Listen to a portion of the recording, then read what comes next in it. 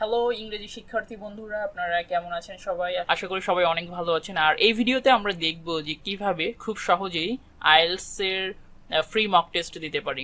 আমরা সবাই জানি আইএলটিএস নিয়ে, আইএলটিএস কি এবং কেন লাগে। তো আপনারা খুব সহজেই এই ওয়েবসাইটটাতে এসে, এই যে দেখেন আমি গুগলে লিখেছি আইএলটিএস অনলাইন, তো আপনি যদি গুগলে গিয়ে আইএলটিএস অনলাইন লেখেন তাহলে এই সাইটটা পেয়ে যাবেন, ieltsonlinetests.com।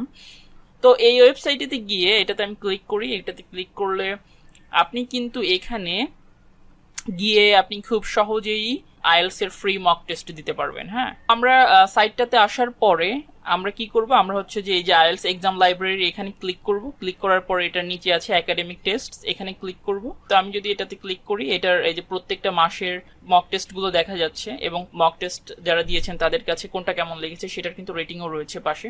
তো সেটা দেখে আপনি মক টেস্ট দিতে পারেন আপনার যেটা ভালো লাগে। তো ধরেন আমি যদি এই যে জানুয়ারিটা, এখানে কতগুলো ভোট আছে, 790টা ভোট রয়েছে। তো আমি এটাতে ক্লিক করে আমি মক টেস্টটাতে চলে আসলাম এবং আমি এখন এই যে প্র্যাকটিস টেস্ট অন, আমি যদি একটা রিডিং টেস্ট দিতে চাই, ধরেন এই যে রিডিং টেস্টে ক্লিক করলাম, রিডিং টেস্টটা এই যে চলে এসেছে এখানে। রিডিং টেস্টে ক্লিক করার পরে তো এই যে আমার টেস্ট, এটা হচ্ছে যে আমার প্যাসেজ। হ্যাঁ, এবং আমার কিন্তু এই যে পাশে প্রশ্ন রয়েছে, এই যে কোশ্চেন প্যালেট, নিচে প্রশ্ন, নিচে সময় দেখাচ্ছে।